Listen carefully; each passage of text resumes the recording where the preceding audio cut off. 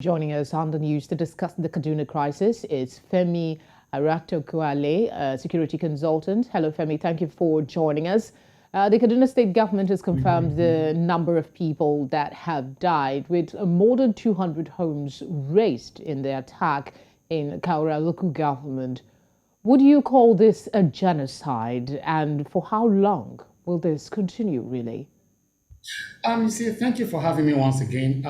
It's a sad news that in Nigeria today we keep talking about people being killed, and we're not actually looking at it as in these are human beings, and at the same time these are Nigerians that we actually the government, the officials, they all sworn oath before they assume office that they're going to protect and secure lives and property. So this is the sad news in Nigeria today that what we're seeing now is a common thing that is more like a NEPA, or let me say a power outage or a failure coverage of power supply in Nigeria. Now what we're seeing is security can no longer protect the people in the country. So the question is this: what do we do? What is the body language of our government saying? What is the body language of our security agencies now saying?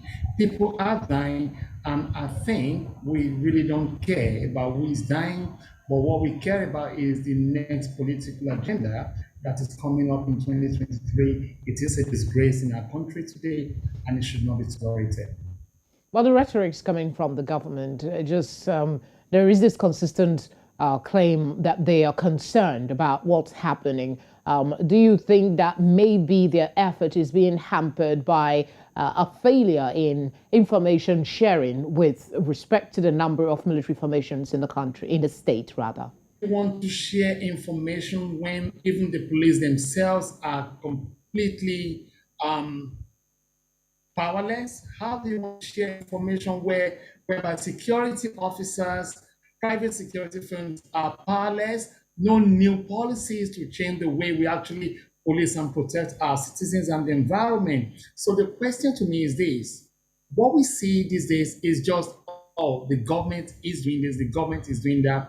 But the fact is this is all political statements with no serious action on ground to see that yes, they actually putting their words into action these days.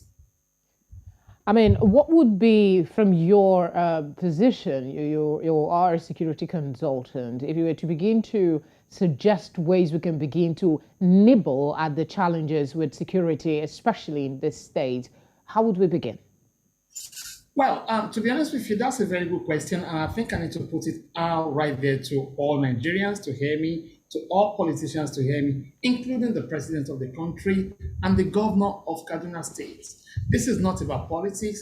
This is not about religion, but this is about, if you're not ready to work, just get out of the office and allow a competent personnel, a competent person, somebody who's got Nigeria at heart to work for Nigeria. This is what we need. And Well, apart from Femi, that, if I may let us now look interrupt, into the if I may strategy. interrupt, if I may interrupt, this is not the first state government or security apparatus that have been in that state. You know for a fact that even before now, we've had these attacks. So who are these competent people? Is it a lack of competency or more of a political situation that's affecting the fight against these criminals?